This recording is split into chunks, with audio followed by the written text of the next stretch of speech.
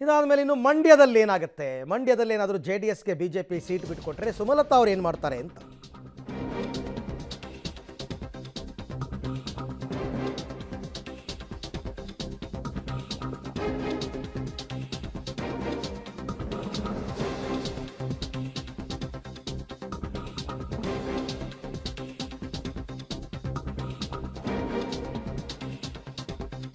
ದೋಸ್ತಿಗಳ ಮಧ್ಯೆ ಮಂಡ್ಯ ಬಿಕ್ಕಟ್ಟು ಜೋರಾಗ್ತಾ ಇದೆ.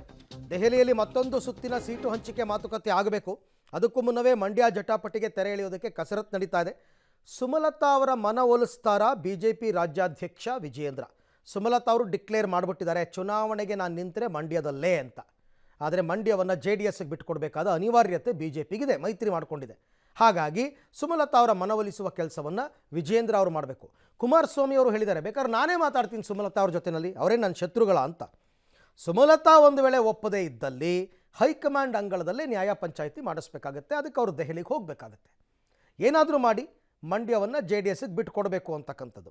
ಮಂಡ್ಯ ಲೋಕಸಭೆ ಕ್ಷೇತ್ರಕ್ಕೆ ಸುಮಲತಾ ಅವರು ಪಟ್ಟು ಹಿಡ್ಕೊಂಡು ಕೂತಿದ್ದಾರೆ. ಅವರಿಗಾಗಲೇ ಹೇಳಿಬಿಟ್ಟಿದ್ದಾರೆ, ನನಗೆ ಬೇಕೇ ಬೇಕು ಅಂತ, ನಾನು ಅಲ್ಲೇ ಚುನಾವಣೆಗೆ ನಿಲ್ಲೋದು ಅಂತ. ಸುಮಲತಾಗೆ ಮಂಡ್ಯ ಸ್ಥಳೀಯ BJP ಮುಖಂಡರು ಬೆಂಬಲ ಕೊಟ್ಟಿದ್ದಾರೆ. ನಾರಾಯಣಗೌಡ ಮುಂತಾದವರೆಲ್ಲರೂ ಕೂಡ ಸುಮಲತಾ ಅವ್ರಿಗೆ ಟಿಕೆಟ್ ಕೊಟ್ಟರೆ ನಾವೆಲ್ಲ ವರ್ಕ್ ಮಾಡ್ತೀವಿ ಅಂತ. ಸುಮಲತಾಗೆ ಟಿಕೆಟ್ ಕೊಟ್ಟರೆ ಪಕ್ಷ ಸಂಘಟನೆಗೂ ಬೂಸ್ಟ್ ಸಿಗುವ ಲೆಕ್ಕಾಚಾರ ಇದೆ. ಯಾಕೆಂದರೆ ಈ ಸರ್ತಿ ವಿಧಾನಸಭೆ ಚುನಾವಣೆಯಲ್ಲಿ ಮಂಡ್ಯದಲ್ಲಿ BJP ಒಳ್ಳೆ ವೋಟ್ಸ್ ಬಂದಿದೆ. ಹಾಗಾಗಿ ಸೀಟು ಹಂಚಿಕೆಗೂ ಮುನ್ನ ಸಂಘರ್ಷ ಬಗೆಹರಿಸೋದಕ್ಕೆ ವಿಜಯೇಂದ್ರ ಅವರೇನೋ ಪ್ಲ್ಯಾನ್ ಮಾಡಿಕೊಂಡಿದ್ದಾರಂತೆ. ಸುಮಲತಾ ಮತ್ತು HDK ಜೊತೆ ಮಾತುಕತೆಗೆ ಮುಂದಾಗಿದ್ದಾರೆ ವಿಜಯೇಂದ್ರ ಅವರು. ನಾಳೆ ಅಥವಾ ನಾಡಿದ್ದು ಸುಮಲತಾ ಅವ್ರನ್ನ ಭೇಟಿಯಾಗ್ತಾರೆ ಯಡಿಯೂರಪ್ಪನವ್ರ ಪುತ್ರ. ಭೇಟಿ ವೇಳೆ ಹೈಕಮಾಂಡ್ ಆಶಯ, ಮೈತ್ರಿ ಅನಿವಾರ್ಯತೆ ಬಗ್ಗೆ ಮನವರಿಕೆ ಮಾಡಿಕೊಡ್ತಾರಂತೆ. ಮಂಡ್ಯ ಸ್ಪರ್ಧೆಯಿಂದ ಹಿಂದೆ ಸರಿಯುವಂತೆ ಮನವಿ ಮಾಡ್ತಾರಂತೆ ವಿಜಯೇಂದ್ರ. ಮಂಡ್ಯದ ಸ್ಥಳೀಯ BJP ಮುಖಂಡರ ಜೊತೆಗೂ ಮಾತುಕತೆಗೆ ಪ್ಲ್ಯಾನ್ ಹಾಕ್ಕೊಂಡಿದ್ದಾರೆ. ಅವ್ರು ಹೇಳೋದು ಅಷ್ಟೇ ನೋಡಿ, ನಾವು JDSಗೆ ಬಿಟ್ಕೊಟ್ಬಿಟ್ರೆ BJP ಅಸ್ತಿತ್ವ ಹೊಟ್ಟೋಗುತ್ತೆ ಮಂಡ್ಯದಲ್ಲಿ. ಕಳೆದ ವಿಧಾನಸಭಾ ಚುನಾವಣೆಯಲ್ಲಿ ಎಲ್ಲ ಕ್ಷೇತ್ರಗಳಲ್ಲೂ ನಾವು ಒಳ್ಳೆ ಓಟ್ ತೊಗೊಂಡಿದ್ದೀವಿ. ಶ್ರೀರಂಗಪಟ್ಟಣದಂಥ ಕ್ಷೇತ್ರದಲ್ಲಿ 45,000 ಓಟ್ ತೊಗೊಂಡಿದ್ದಾರೆ ಇಂಡುವಾಳ ಸಚ್ಚಿದಾನಂದ ಅಂತಂದರೆ.